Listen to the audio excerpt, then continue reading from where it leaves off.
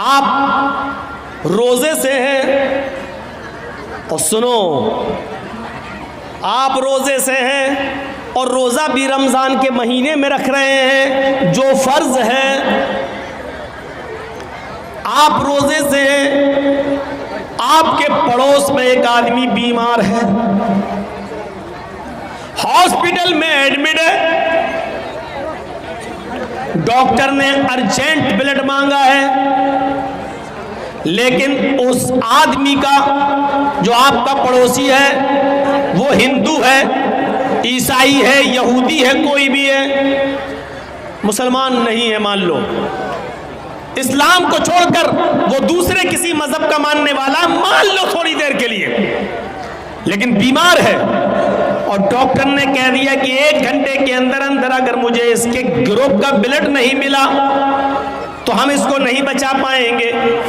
उसके बेटों का ब्लड ग्रुप उसके ब्लड ग्रुप से अलग है, उसकी बीवी का ब्लड ग्रुप अलग है, और लोगों का ब्लड ग्रुप उसके ग्रुप से अलग है, लेकिन आप मुसलमान हैं, आपका ब्लड ग्रुप उसके ब्लड ग्रुप से मेच खा रहा है और आप 1 बोतल खून दे सकते हैं और उसकी जान बच सकती है। तो ऐसी सूरत में आपको डॉक्टर के पास जाकर 1 बोतल खून देना पड़ेगा, इसलिए कि उसकी जान बचाना इस वक्त जरूरी है, आप उसकी नहीं बचा रहे हैं। कुरान कहता है मन अहयाहा फकअन्नमा अहयन्नास जमीआ, जिसने किसी एक इंसान को बचाया उसने पूरी इंसानियत को बचाया। यहां आप एक हिंदू को या एक ईसाई को नहीं बचा रहे, एक इंसान को बचाकर पूरी कायनात की और पूरी दुनिया की इंसानियत और मानवता को बचा रहे हैं। ऐसे मौके पर आपको ब्लड देना पड़ेगा। सवाल यह पैदा होता है, क्या रोजे की हालत में 1 बोतल खून देना जायज है कि ना जायज है? यह एक अलग मसला है। मेरे भाइयों, आपको रोजा है, बुखार है, लेकिन डॉक्टर ने ब्लड जांच के लिए सैंपल मांगा है, आप रोज़ा नहीं तोड़ना चाहते हैं, तो ऐसी कंडीशन में आप ब्लड जांच के लिए 2, 4, 5 ml ब्लड अगर आपका निकाला जा रहा है तो आप निकलवा सकते हैं, आपका रोज़ा नहीं टूटेगा। सुन लीजिए मसला, अगर 2, 4, 5 ml ब्लड निकलवाने से आपकी जांच के लिए जाना है, ब्लड 2, 4, 5 ml ब्लड निकालने से रोजा नहीं टूटेगा, लेकिन आपको 1 बोतल खून देना है। 1 बोतल खून देने के बाद कमजोरी आना है। कमजोरी जब आती है तो ब्लड निकालने वाले आपके हाथ में पहले एक बॉल पकड़ा देते हैं ताकि खून का सर्कुलेशन बना रहे, और आप ऐसे ऐसे बॉल दबाते रहेंगे और ब्लड निकलता रहेगा, और ब्लड निकालने के बाद 1 बोतल खून देने के बाद फिर आपको 2 बिस्किट, चाय या कोई जूस पिलाया जाता है। ये हर हॉस्पिटल का एक नियम है। लिहाजा ऐसी सूरत में आप रोजे से हैं तो आपका वो ब्लड लेगा नहीं, वो आपको कहेगा कि पहले आप रोजा तोड़िए, कुछ खाइए, क्योंकि ब्लड निकलने से आपको और कमजोरी पैदा हो जाएगी। इस्लाम यहां आपको इजाजत देता है कि एक गैर मुस्लिम की जान बचाने के लिए आपको अगर रोजा तोड़ना पड़ रहा है तो रोजा तोड़ दीजिए। ये रोजे की कज़ा तो बाद में हो जाएगी, लेकिन अगर ये मर गया तो दोबारा जिंदा नहीं हो पाएगा। इसलिए इसको बचाना, रोजा रखने इस वक्त तोड़ देना बेहतर है, उसको बचाना ज्यादा जरूरी है। लिहाजा इस्लाम यहां आपको इजाजत देता है कि गैर मुस्लिम की जान बचाने के लिए रोजा तोड़ दो। इससे बड़ा दर्जा इंसानियत का और क्या होगा। वो सोचें जो मॉब लिंचिंग करके दरख्तों से बांधकर जय श्री राम के नारे लगवाकर जो एक इंसान की जान ले लेते हैं, वो सोचें कि वो किस धर्म के पासदार हैं और किस धर्म की रक्षा कर रहे हैं वो। और वो भी सोचें जो बिना किसी गलती के किसी को पकड़कर अल्लाह अकबर का नारा लगाकर उसकी गर्दन को काट देते हैं और उड़ा देते हैं और समझते हैं कि हमने बहुत बड़ा जिहाद कर दिया है। वो सोचें कि इंसानियत का एहतराम तो ये इस्लाम ने पेश किया है कि रोजा तोड़ दो लेकिन दूसरे की जान बचा लो। अगर तुम्हारा ब्लड उसके ब्लड से मिल रहा है तो आप ब्लड दो और उस इंसान की जान बचाओ, इसलिए कि इंसानियत को आप बचा रहे हैं, एक इंसान को नहीं बल्कि सारी कायनात के इंसान को आप बचा रहे हैं। यह है इस्लाम का दर्स, यह है इस्लाम की तालीम, यह है इस्लाम की शिक्षा, यह है इस्लाम का मेरे भाइयों नजरिया। इससे बड़ी इंसानियत और क्या हो सकती है। एक और चीज पर गौर कीजिए आप। जाओ बेटा जाओ, जल्दी जाओ, आपकी बीवी इंतजार कर रही है घर पे। पहले बैठ जाएंगे फिर भागेंगे। किसी तरह थोड़ा सुकून होता है तो ये एक और नजरिए से सोचिए।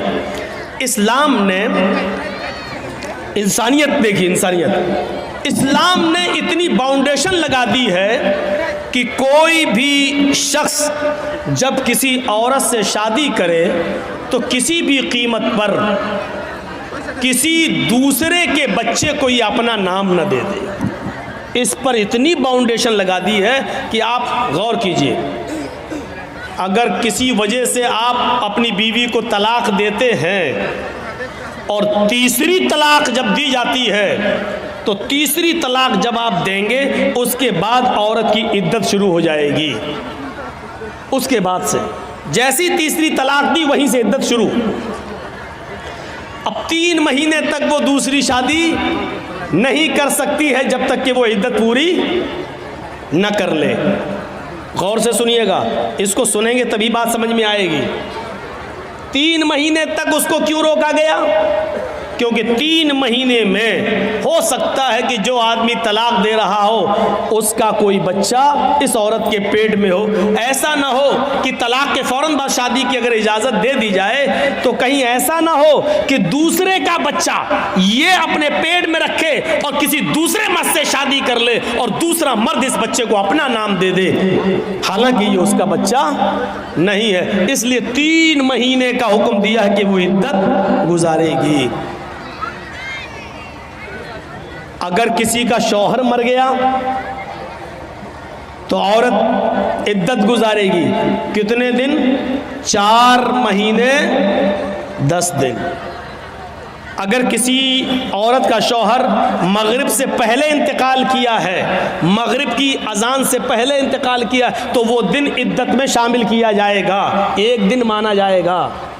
मान लीजिए आपके यहाँ 6 बजे मगरिब की अजान हो रही है और 5 बजे किसी का शौहर इंतकाल किया है, तो 5 बजे इंतकाल करने के बाद भी उसका पहला दिन माना जाएगा, क्योंकि अभी तारीख वही है। मगरिब के बाद तारीख चेंज होगी, मगरिब से पहले नहीं, वो पहला दिन माना जाएगा। यही अकीके में भी यही देखा जाएगा।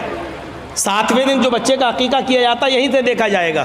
मान लीजिए आपका बच्चा जुमे के दिन मगरिब से पहले पैदा हुआ है तो जुमे का दिन पहला दिन माना जाएगा। जुमा, शनिचर, इतवार, सोम, मंगल, बुध, जुमरात। अब अकीका कब होगा? जुमरात को। और अगर जुमे के दिन मगरिब के बाद बच्चा पैदा हुआ है, मगरिब के बाद, तो जुमे का दिन नहीं जोड़ा जाएगा, फिर शनिचर का दिन जोड़ा जाएगा। पहला दिन शनिचर, इतवार, सोमवार, मंगल, बुध, जुमरात, जुमा। अब अकीका कब होगा? जुमे के दिन होगा। इस बात को याद रखिएगा। और 7वां दिन कब पड़ेगा? जुमे का दिन। अगर जुमे को मगरिब के बाद बच्चा पैदा होता है तो अरबी में महीने की शुरुआत मगरिब के बाद से होती है। हम लोग चांद कब देखते हैं?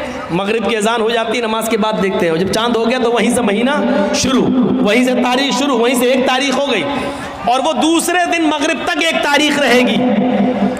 जो शबे कदर में आप रात जागते हैं तो कब जागते हैं? 20वां रोज़ा होता है, मगरिब के बाद 21वीं रात शुरू हो जाती है। आप 21वीं, 23वीं, 25वीं जो रात जागते हैं वो इसी हिसाब से जागते हैं। तो मेरे भाइयों, औरत अगर 5 बजे उसका शौहर ख़त्म हुआ है तो वो पहला दिन माना जाएगा औरत का, 1 दिन। इसके बाद 4 महीने और 10 दिन। ये 4 महीने 10 दिन औरत की इद्दत के दिन क्यों शुमार किए गए आपको मालूम है? ताकि मरे हुए आदमी का हमल इस औरत के पेट में ना हो सकता है कि वो छिपा रही हो, हमल पेट में ना हो। 4 महीने 10 दिन की मुद्दत बहुत हो गई है। अगर उसके पेट में बच्चा होगा तो 4 महीने में इस औरत का पेट थोड़ा बहुत बाहर निकल आएगा, जिससे पता चल सकता है कि इसके पेट में फला आदमी का बच्चा है। अगर है तो जब तक बच्चा पैदा नहीं हो जाता तब तक उसकी इद्दत रहेगी, और अगर नहीं है तो 4 महीने 10 दिन के बाद ये औरत कहीं दूसरा निकाह करना चाहे तो कर सकती है, ताकि किसी दूसरे आदमी का इस मरे हुए आदमी का बच्चा किसी दूसरे आदमी का नाम ना पा जाए। ये इस्लाम ने एक बाउंडेशन लगा दी है, बाउंडेशन बहुत सख्ती है इस मामले में। हाँ, खुला का मामला थोड़ा सा अलग है। एक चीज़ होती है मर्द तलाक देना नहीं चाहता, औरत तलाक लेने पर मुसिर है, नहीं हमें तलाक चाहिए, हमें नहीं रहना है तेरे पास। मान लीजिए बहुत सा शराबी जुआरी आदमी है, औरत नहीं रहना चाहती है और आदमी उसको तलाक नहीं देना चाहता, नहीं हम नहीं देंगे।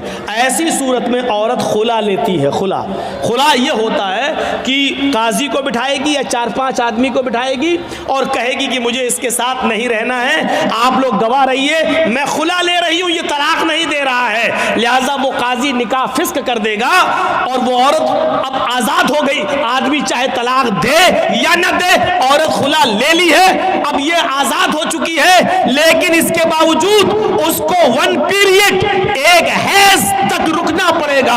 वो दूसरी शादी नहीं कर सकती है जब तक कि उसको एक पीरियड नहीं आ जाता है। एक पीरियड का मतलब उसको, औरत को जो हर महीने जो हर औरत को जो खून ब्लड आता है, एक पीरियड, जब तक वो पीरियड नहीं आ जाता तब तक वो दूसरा निकाह नहीं करेगी और पीरियड आने के बाद फिर वो दूसरा निकाह कर सकती है। पीरियड आने का मतलब यह है कि वो हामिला नहीं है, यानी जिस आदमी से उसने खुला लिया है उसका बच्चा इसके पेट में नहीं पल रहा है। अब सोचिए इस्लाम ने कितनी बाउंडेशन लगाई है कि आपके पेट में पलने वाले बच्चे को उसके असली बाप का नाम मिले।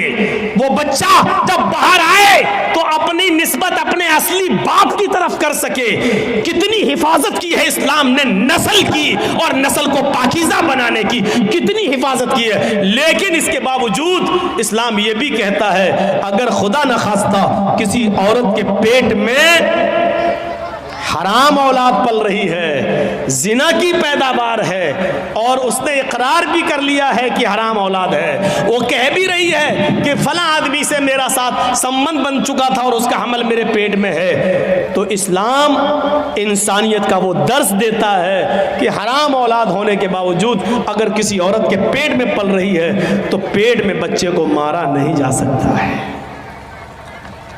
अगर इस्लामी कानून कहीं है और जिनाकार की सजा पत्थरों से मार मार के मार डालना है, लेकिन अगर वहां यह पता चल जाए कि इस औरत के पेट में बच्चा है, अगरचे नाजायज है, अगरचे हराम है, तो इस्लामी मुल्क भी उस औरत को सजा नहीं दे सकता जब तक कि बच्चा पैदा ना हो जाए, क्योंकि गलती उसकी मां की है, उस बच्चे की नहीं जो पेट में पल रहा है। गौर कीजिए, इस्लाम हराम औलाद को भी मारने की इजाजत नहीं देता है। जो औरतें अपने पेट में हलाल बच्चों को गिरा देती हैं उनको अपने बारे में सोचना चाहिए। कल क़यामत के दिन ये बच्चा जिसको तुमने गिराया है अपने पेट से, क़यामत के दिन ये बच्चा अपने माँ की पिस्तान और अपने माँ की छातियों से लटका हुआ आएगा।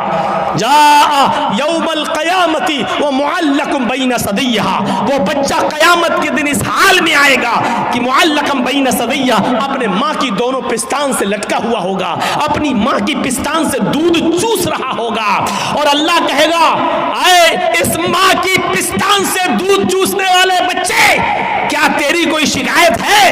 क्या तू कुछ बोलना चाहता है? क्या तुझे अपने रब से कुछ कहना है?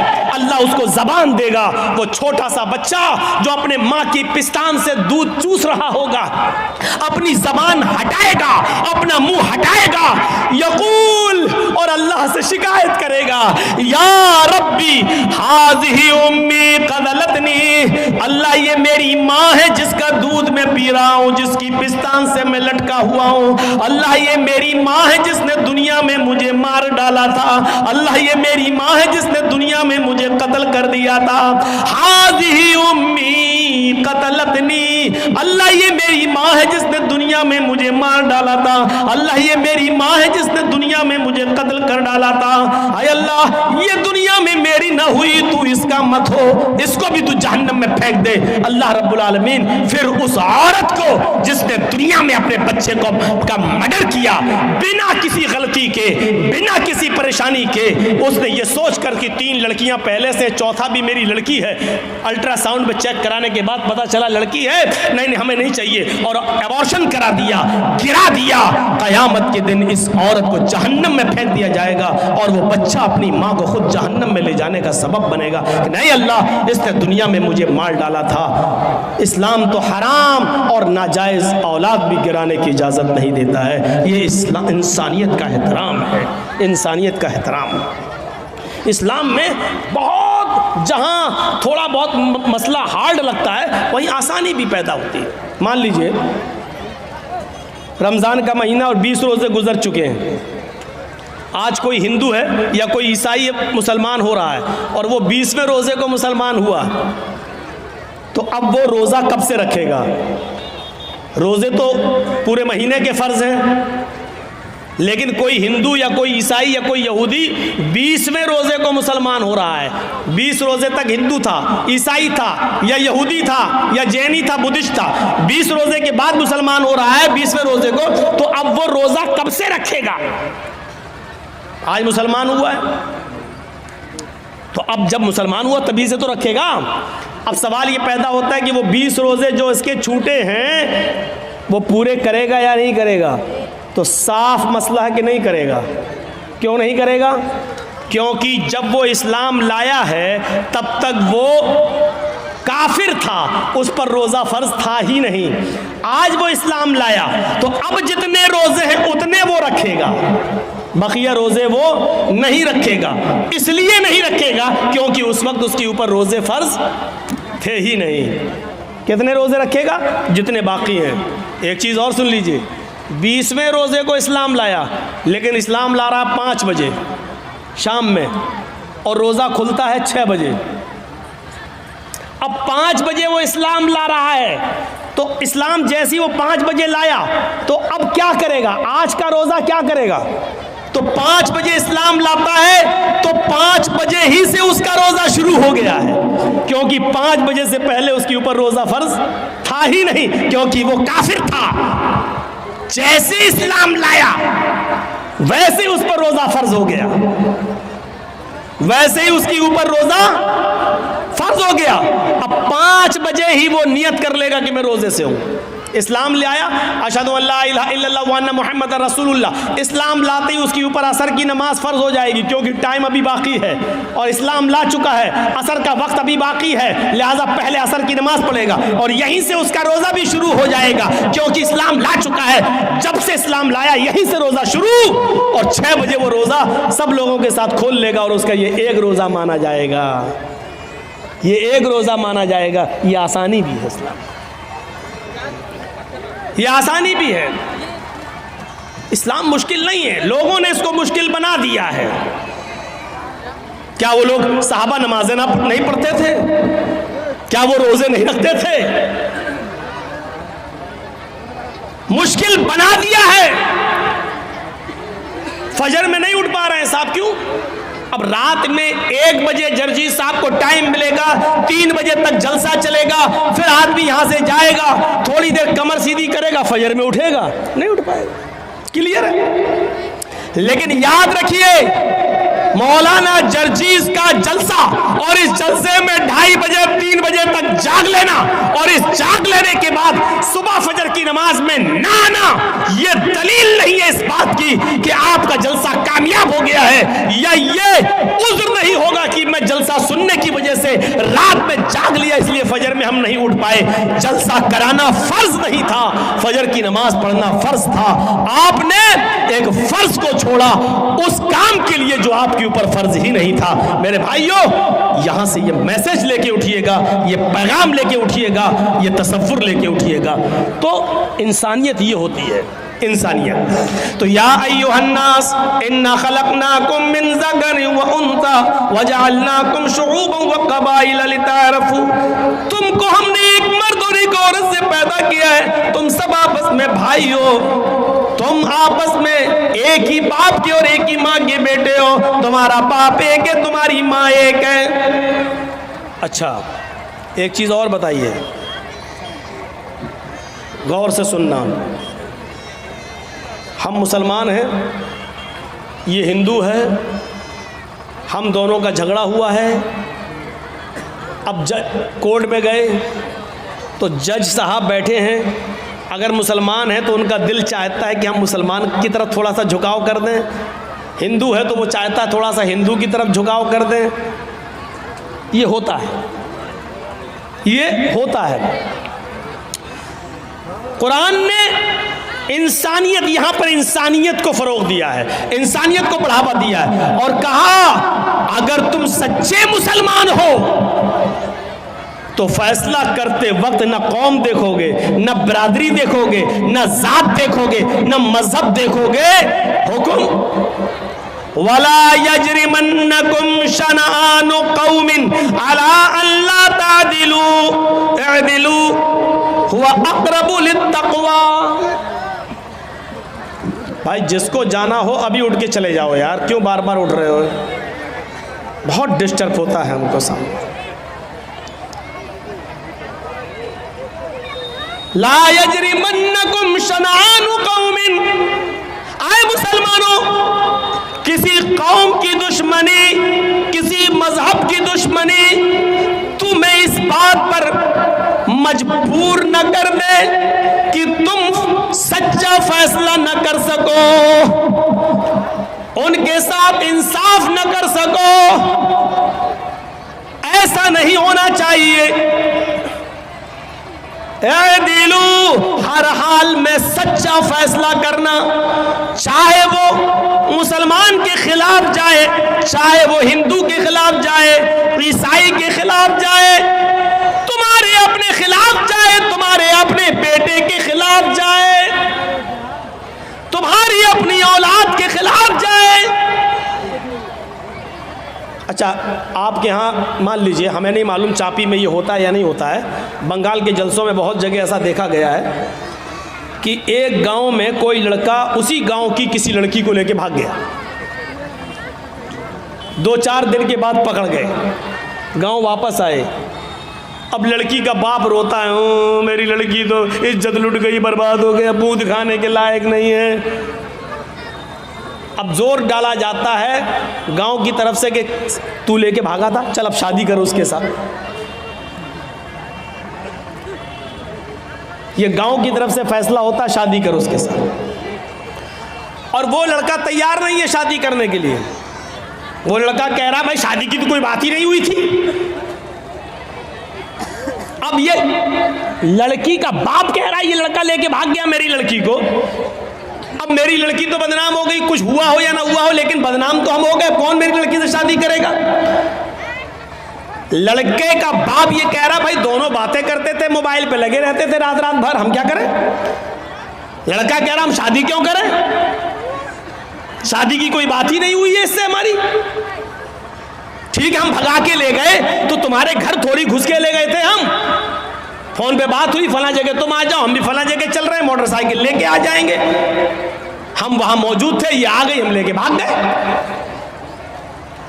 अब गांव में जो सरपंच होते हैं, मुखिया लोग, सुनो, अगर यहां पर भी ऐसा होता है तो सुन ले इस गांव का मुखिया और सरदार, कयामत के दिन तुम्हें भी गवाही देना पड़ेगी और अल्लाह के सामने तुम्हें भी जवाब देना पड़ेगा। अब क्या होता है, अच्छा ठीक है तू शादी नहीं करेगा, नहीं, अब उस लड़की का तो इज्जत खराब हो गई, हाँ तो क्या हुआ, चल 5 लाख रुपए जुर्माना देगा लड़का वाला लड़की को। अबे तेरे बाप का फैसला है? गांव के मुखिया, सरदार या सरपंच या पंचायत में जो लोग बैठकर ये फैसला करते हैं, ये सब रॉन्ग है, कुरान और हदीस के खिलाफ फैसला कर रहे हैं। दुनिया में 5 लाख 4 लाख रुपया दिलवा सकते हो, लेकिन क़यामत के दिन अपने आप को बचा नहीं सकते हो इस फैसले से। सवाल यह पैदा हुआ है कि लड़का भागा तो लड़की भी तो भागी, फिर जुर्माना सिर्फ लड़के पर क्यों आयद हो रहा है? और लड़के का पैसा 4 लाख 5 लाख रुपए आप लड़की को और उसके बाप को दिला देते हैं, ये कहां की इंसानियत है? जबकि कुरान ये कह रहा है अज़्ज़ानियतु वज़्ज़ानी फजलिदू कुल्ल वाहिदतिन मिनहुमा मियता जल्दा। जिना करने की, बदकारी की शुरुआत लड़के की तरफ से पहले नहीं, लड़की की तरफ से पहले होती है। भाई भागने और भगाने की शुरुआत लड़के की तरफ से नहीं, लड़की की तरफ से पहले होती है। ये सुई है, ये धागा है, दर्जी साहब सुई में धागा डाल रहे हैं, लेकिन सुई को हम ऐसे हटा देते हैं, धागा जा ही नहीं सकता है। जब सुई अपनी जगह पर खड़ी है, टस से मस नहीं हो रही है, तब धागा उस सुई के अंदर चला जाएगा। ये साफ सरी दलील है, अगर लड़की अपने आप को बचाए तो लड़का कभी उसके साथ जिना कर ही नहीं सकता। मौलवी जर्जीस की बात इंडियन कानून के खिलाफ है, लेकिन कुरान और हदीस की रोशनी में है। जिना की शुरुआत अगर लड़की भागने के लिए तैयारी ना हो तो लड़का भगा ही नहीं सकता है।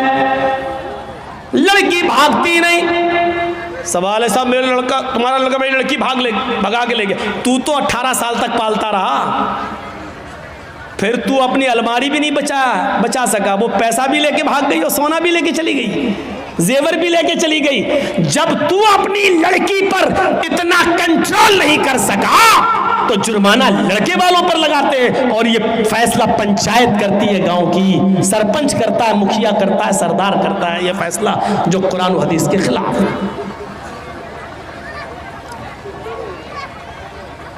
शादी हो सकती है या नहीं वो एक अलग मसला है, वो अलग जाने दीजिए। सवाल यह है क्या जुर्माना लड़के ही के ऊपर आयद होगा, जबकि भागने में दोनों ने बराबर बराबर की भागीदारी ली है। कोई लड़का जबरदस्ती घर में घुसकर लेकर तो नहीं गया था, आपकी लड़की भी घर से निकली, लड़का भी निकला, दोनों निकले, एक हफ्ता गायब रहे फिर आए, वो एक अलग मसला है। लिहाजा जुर्माना आयद होना चाहिए तो दोनों पर होना चाहिए, कोड़े पड़ना चाहिए तो दोनों पे पड़ना चाहिए, संसार होना चाहिए तो दोनों को होना चाहिए, अगर सजा मिलनी चाहिए तो दोनों को बराबर बराबर मिलनी चाहिए।